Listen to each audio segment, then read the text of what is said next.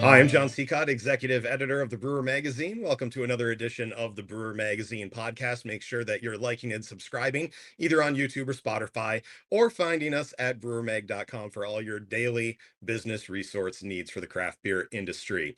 Well, you know what? Entering your brewery into a judging competition, well, it can be a valuable opportunity for your company to be able to see where you stack up on your beer quality, on the taste, on the flavor. You hitting all those marks right. And of course, there's a lot of prestigious craft beer contests happening each year, both here in America and around the world, where those judges can assess your entry without knowing the brand, the brewery, and then you get a really good idea if they're looking at the craftsmanship, the balance, and those style guidelines. But you know what? There's also beer beyond being just good. Is it able to be sold in the retail market? And the New York International Beer Competition, well, it's just a tad bit different when it comes to who those winners are. And we got a chance to chat about it with its founder. Check it out. And we're joined with Adam Levy, the founder of the New York International Beer Competition. Adam, thanks so much for joining us on the Brewer Magazine podcast. Glad to be here. Well, yeah, some pretty awesome stuff. 13th year for you guys. I was kind of looking back through the list of winners, and you guys have some of the numbers crunched there. Started with about 100 submissions back in 2012, more than 700 last year. I'm looking at usually it's somewhere in the range of 15 to 16 different countries, 50 plus categories. What makes the New York International Beer Competition so unique? Wow, that's a good question. I think the key thing is I started my first competition, the New York International Spirits Competition, 16 years ago. And what I did first, and I do all my competitions, is that all our judges are trade buyers. And we judge by category and by price, not the so called experts, it's actual buyers. Mhm. I was a craft beer freak first, and that's like, how do I make this special? And in all our competitions, because now I run the New York International Spirits Competition, wine competition, beer competition, and now the cider competition, which spun off 7 years ago, as well as beer, wine, and spirits competitions in Berlin, Melbourne, and now Singapore. And in all our competitions, all our judges are trade buyers. That's my philosophy. Judge by category, by price, and a blind taste test. And Oh, that's, I think, is very unique to any of the real international beer competition out there today. sure, because I think a lot of times people hear beer competition, they instantly think of BJCP or the BA standards, and Mhm. it's exactly a formatted what it tastes like, and according to what this book says. I have a friend that has a brewery, and he goes, "I make beer that people want to drink. I make beer that people like, and if they don't know what the style is, that's okay too. It can be loosely defined, and sometimes I think that." Sometimes the beer nerds get a little too in the weeds on that and start to argue about the finer points when it's like, is this beer going to sell?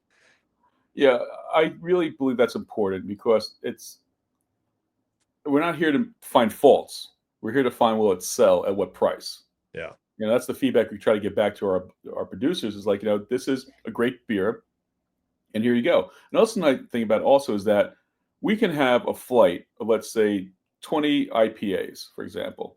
You could have one double gold, three silvers, and eight bronzes because that's how they're judging it. Not just gold, silver, bronze, that's it. Because the top three get it and no one else wins. I don't Hmm. think that's fair either. Same time is you may have one flight that they all are not great. And the bottom three win. I don't think that's fair either.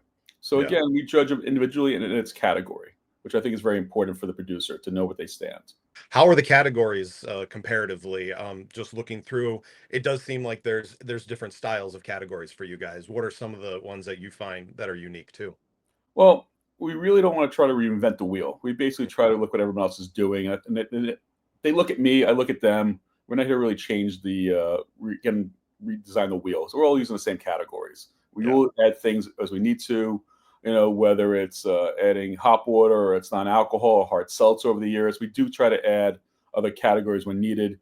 The craft producers definitely challenge us in a good way for new categories and definitely what's coming out in the market. So we always try to advance, and we always ask our producers, "Hey, what are we missing?" Or I get the email in or the call, "Hey, are you gonna do this year? I got this category. Can you do this year?" I'm looking at it, it's like, yeah, that's fine.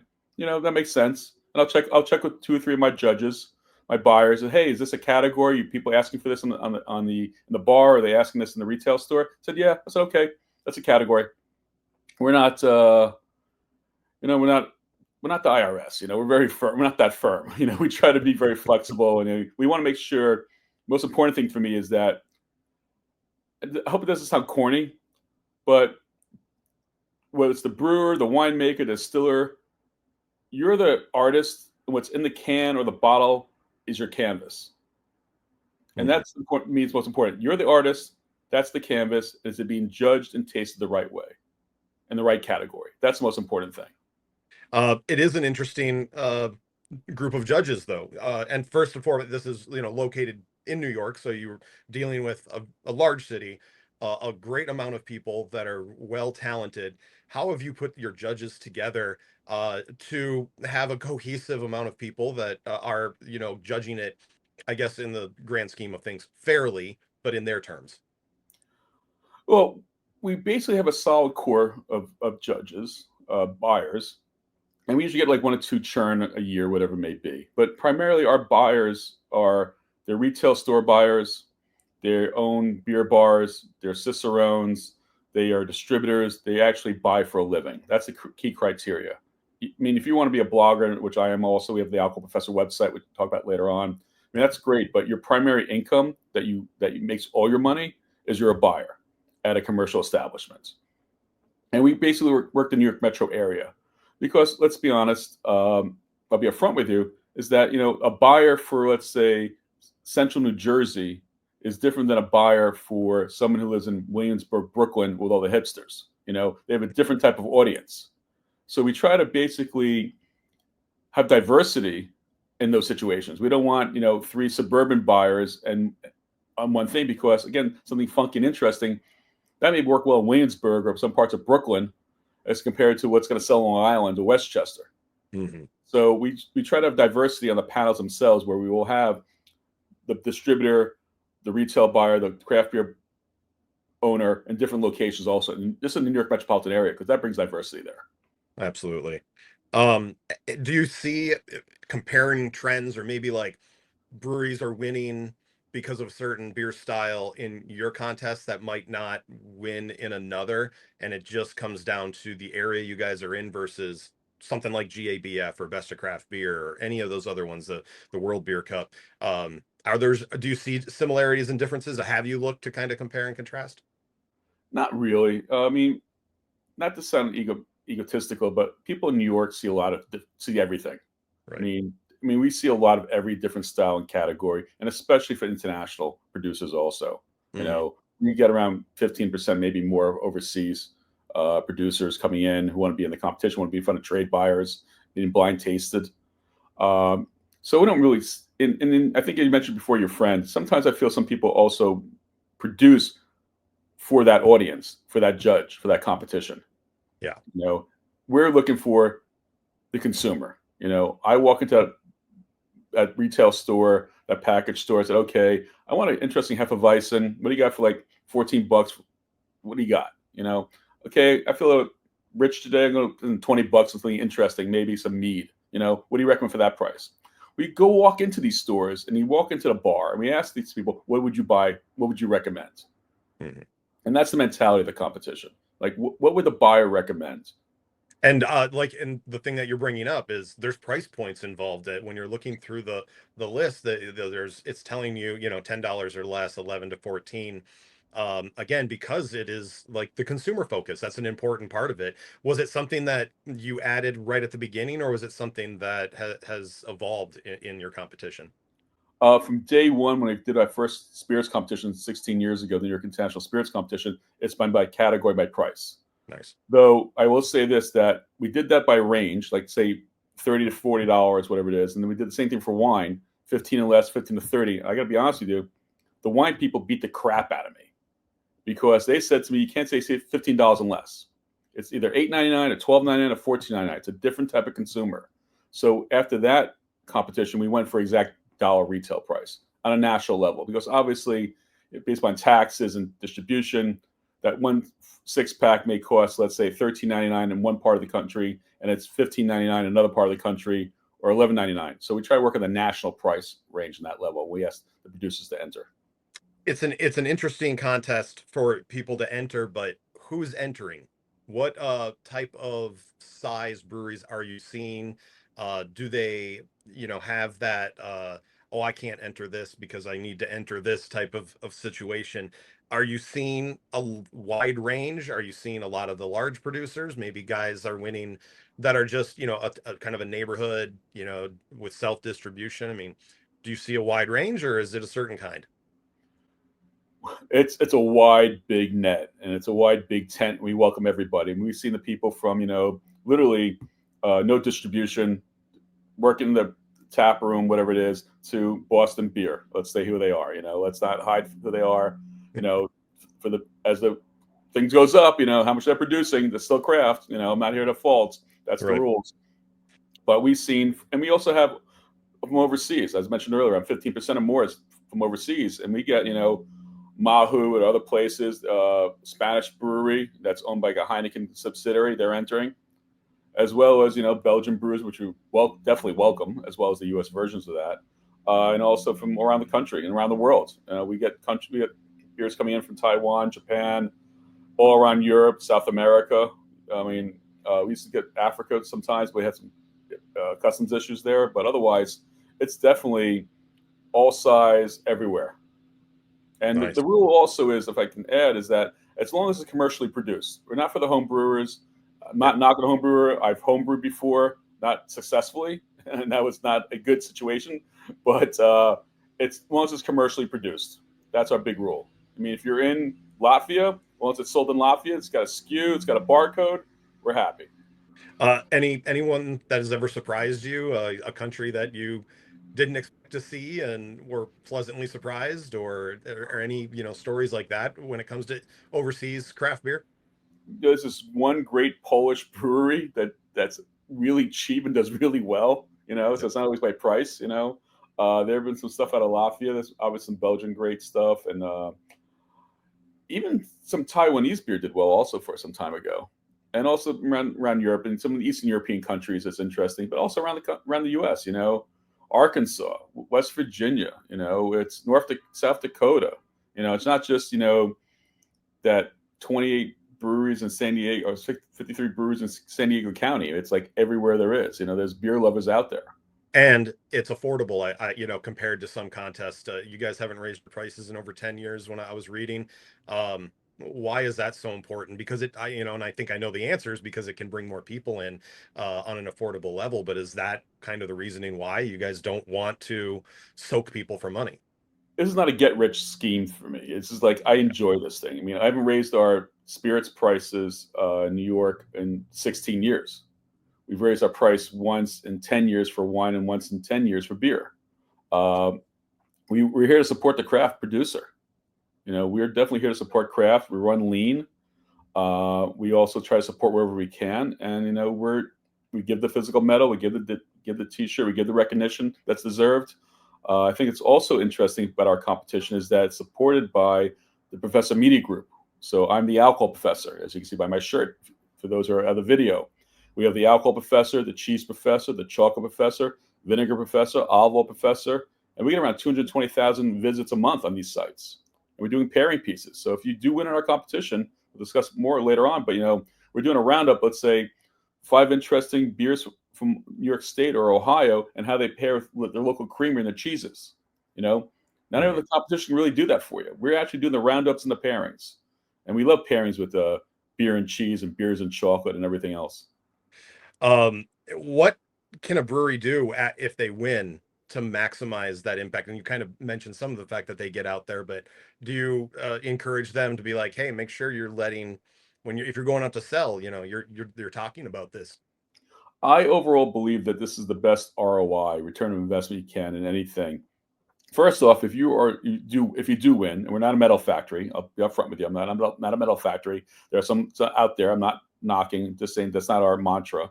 Because I'm planning to do this for the next 15 more years, and I Yeah. run clean that way.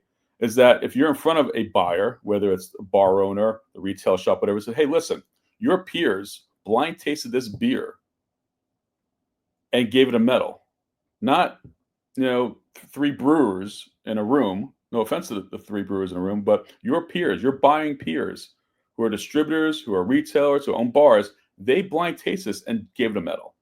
your peers in New York who see everything for the most part. And I think that has a resounding effect that way.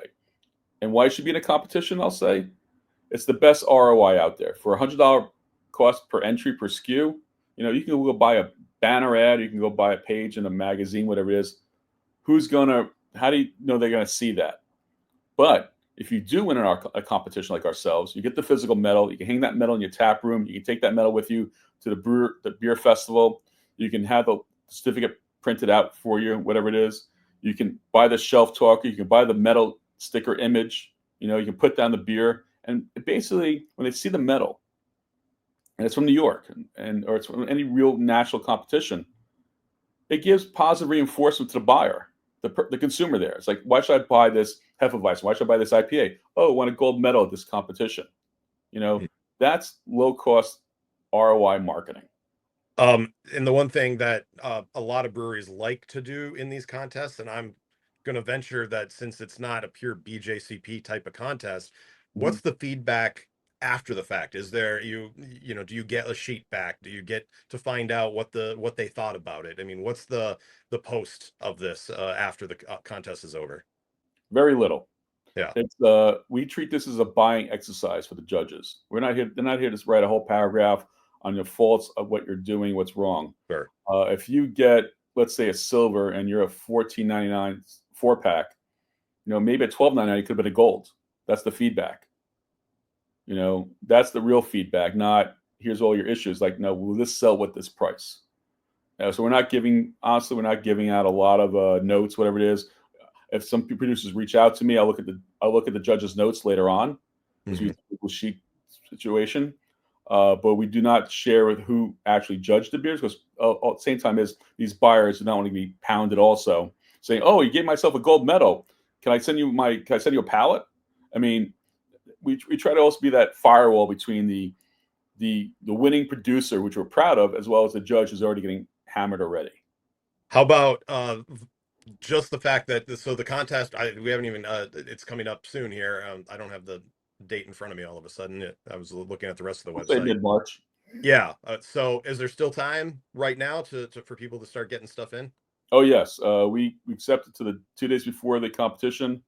For those who are shipping overseas and COLA issues, we do work with you. Sometimes we set up based upon if there's any late entries because of stuff happens in life. We will do a secondary panel for those like a week later for those who are stuck in customs and stuff like that. But yeah, everything gets shipped to Western Carriers in New Jersey. That's the largest liquid bonded warehouse in the East Coast, like 1 million square feet.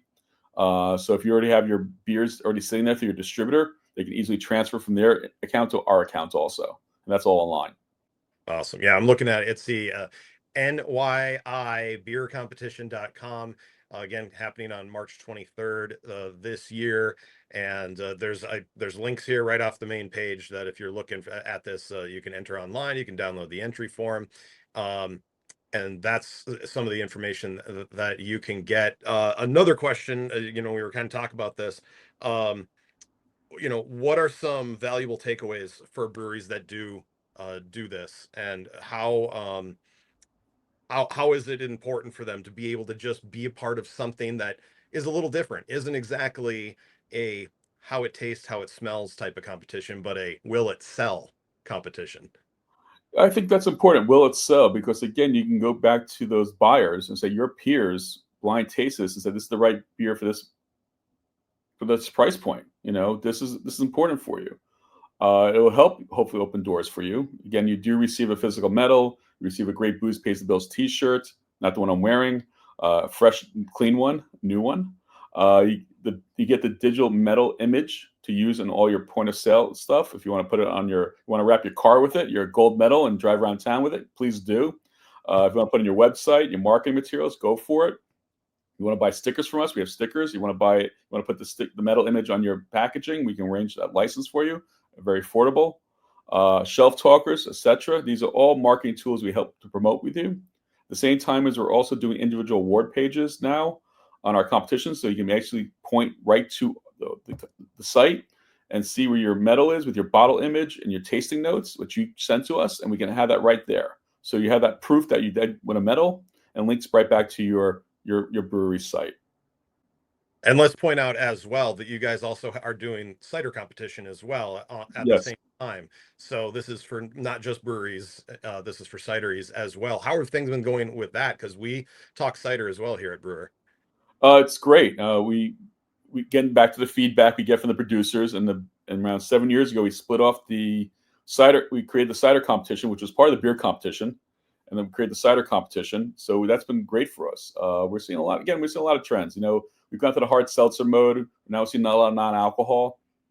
This is all the type of coverage we're putting also on our websites. The Alcohol Professor, Cheese Professor, Chocolate Professor. We do the roundups. Em Sorter, who's one of our great writers, she's doing a whole beer style guide for us on the Alcohol Professor. She's terrific. We're creating a whole beer hub page for her also. So we're out there promoting and showcasing the winners when we can. Awesome. Yeah, she does some great work. I love looking at those infographs, and looking forward to seeing her at CiderCon next week, in fact. So yeah, Emma's terrific. She's been writing for us for several years. She keeps us on our toes, keeps us honest. Not that we're not honest already, but she keeps us honest, and she definitely challenges us in a good way. She's a phenomenal writer for us at the Alcohol Professor site. Awesome. Well, Adam, thanks so much. We appreciate you helping out, with just getting this different type of unique aspect for breweries to be able to do some competition and sell some beer. I mean, that's the end goal, right? Yes. We're here to help you. We're here to support. Well, thanks so much. Thank you so much for your time. Don't forget, you can always check on brewermag.com. You can also see us on YouTube and listen to us on Spotify. And don't forget daily updates on Facebook, Instagram, and X. I'm Executive Editor Jon Sicotte for brewermagazine.com.